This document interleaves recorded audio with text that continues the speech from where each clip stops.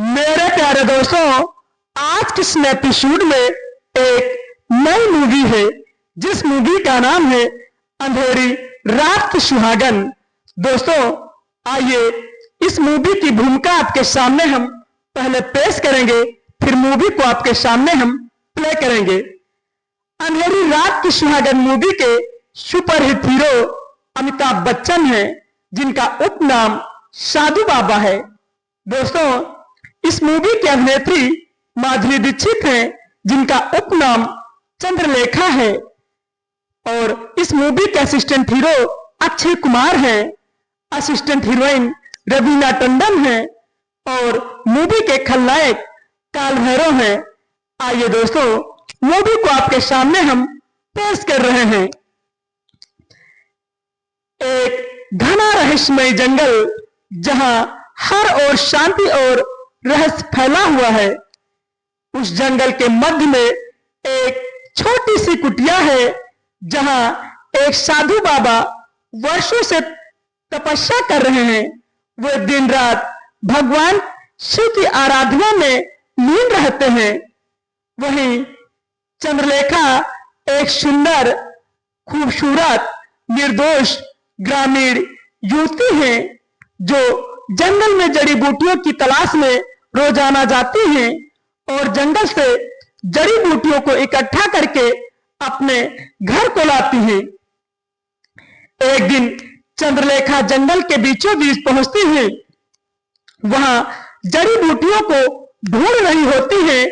उसी समय एक खतरनाक नाग उन्हें काट लेता है और जैसे ही नाग उनके पैर में डसता है, चंद्रलेखा नाग को अपने पैर से पटक करके बाहर, जंगल से बाहर कुटिया की तरफ तड़पती हुई भागती है।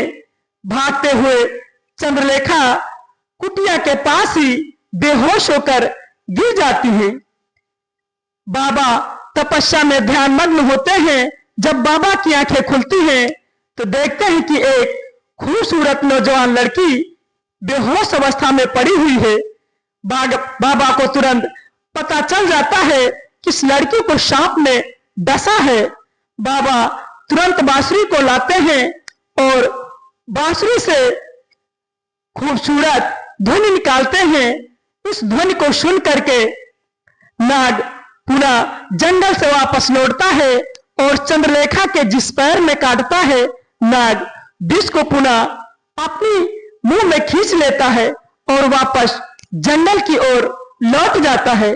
विष निकल जाने के पश्चात चंद्रलेखा पुनः जीवित हो जाती है और उठ करके बैठती है तो सामने देखती है एक साधु बाबा होते हैं, जिनके हाथ में बांसुरी होती है। लड़की चंद्रलेखा साधु बाबा को नमस्कार करती है और उनके चरणों में गिर जाती है। लड़की साधु बाबा से कहती है, बाबा, मैं अनाथ हूं, मेरा इस दुनिया में कोई नहीं है तुम्हारे सिवा। तुमने मेरे प्राणों की रक्षा की है। मैं अब यही तुम्हारे पास कुटिया में ही मैं अपना जीवन व्यतीत करूंगा। बाबा भी चंद्रलेखा को आज्ञा दे देते हैं। चंद्रलेखा साधु बाबा की सेवा में लग जाती है। चंद्रलेखा साधु बाबा के लिए जंगल से लकड़ियों को तोड़ कर लाती हैं और जलाशय से जल भर करके बाबा के लिए लाती हैं।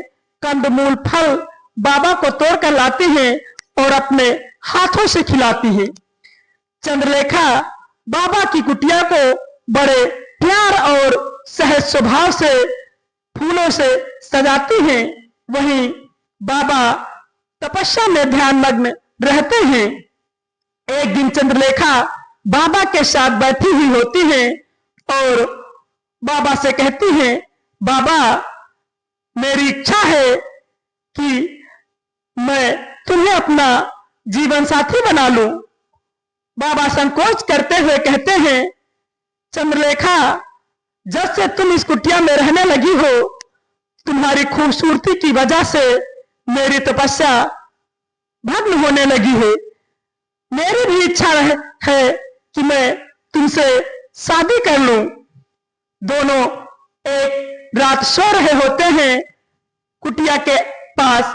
वहीं भगवान शंकर और माता पार्वती जी दोनों को स्वप्न में दर्शन देते हैं और शादी करने का सुझाव देते हैं।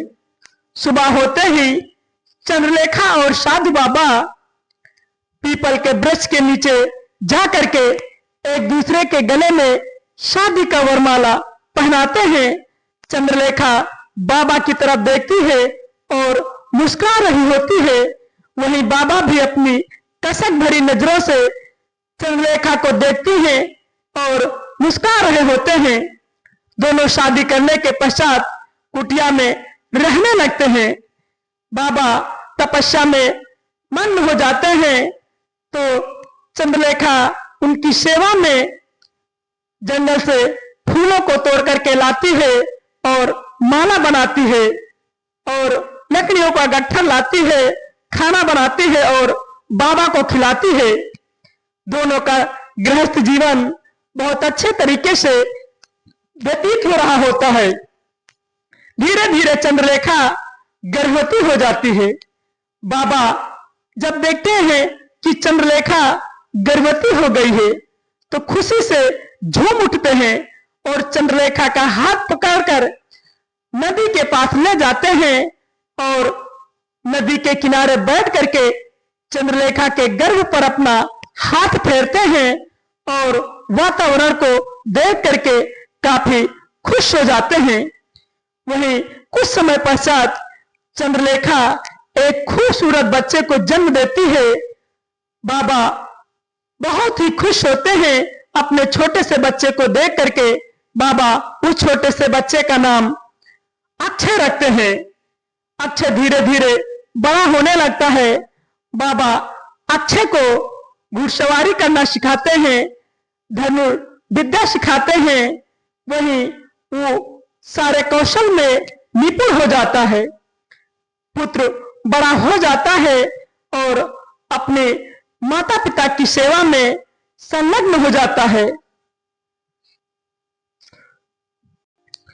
बाबा अक्षय कुमार का नाम स्कूल में लिखवाते हैं।